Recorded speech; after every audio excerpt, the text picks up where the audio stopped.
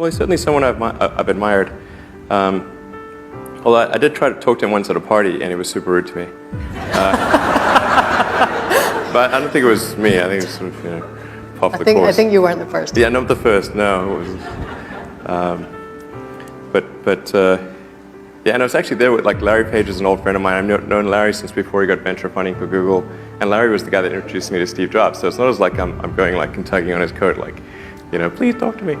But so I was introduced by Larry Page. It's not bad. So, I mean, he obviously was an incredible guy and made fantastic products. And I don't know, there was like a certain the guy had a certain magic about him. Just sort of that was really inspiring. So, I mean, I think that's really great.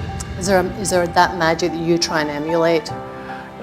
No, I think Steve Jobs is way cooler than I am. So.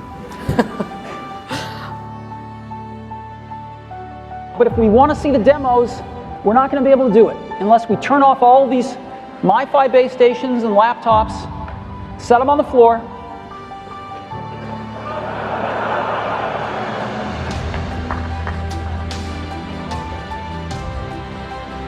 I've got time.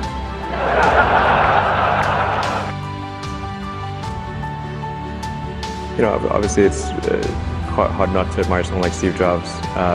Something that Steve Jobs was that I think was quite admirable was he was ultra product focused, down to the little details, and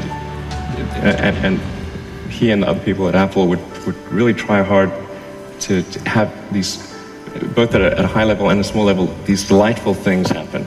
So that the product was just made you happy.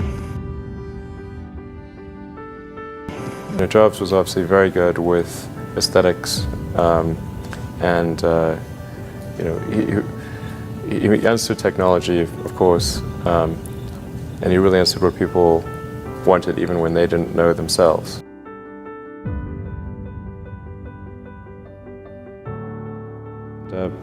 So I wouldn't say Google's a competitor because they're not a car company.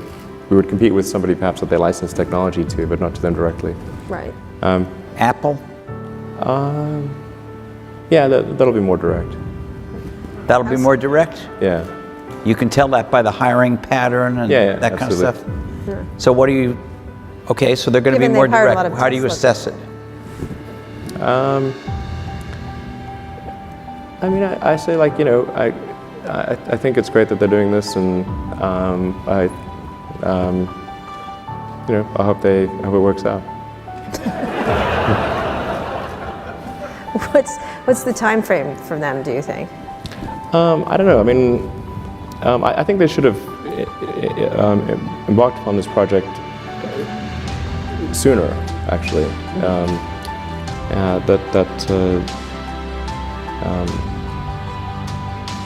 But I don't know.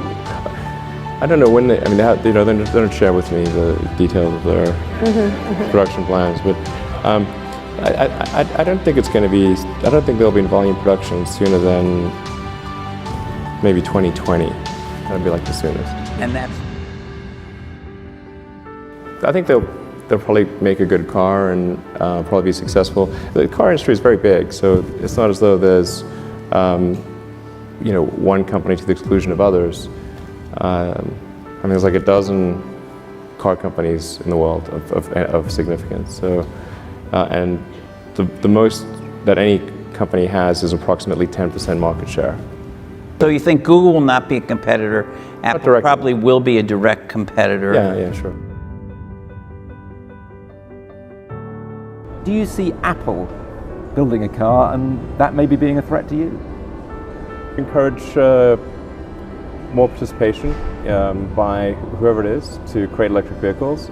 It's quite hard to do, but I think companies like Apple will probably make a compelling electric car. It seems like the obvious thing to do. Are you betting that that's going to happen? Have you heard anything? Well, it's pretty hard to hide something if you hire over 1,000 engineers to do it. So you think Apple are serious about it? Yeah, I do. This is an open secret. Well, I think you learn a lot depending upon whose life you're reading about. There are lots of lessons in there. I read Isaacson's biography of Jobs, which I thought was quite interesting. There is something romantic about traditional books, of course, but I find since I'm traveling so much that I often find I'm reading the books on my iPhone, which may sound like, wow, this is really tiny, but it's always with you. Pass me my iPhone. Pass me. You're not reading a Howard Hughes book on your iPhone. Yes, I am. Yeah. You're reading a Howard Hughes book on something the size of this. Yes. It's small, but it works.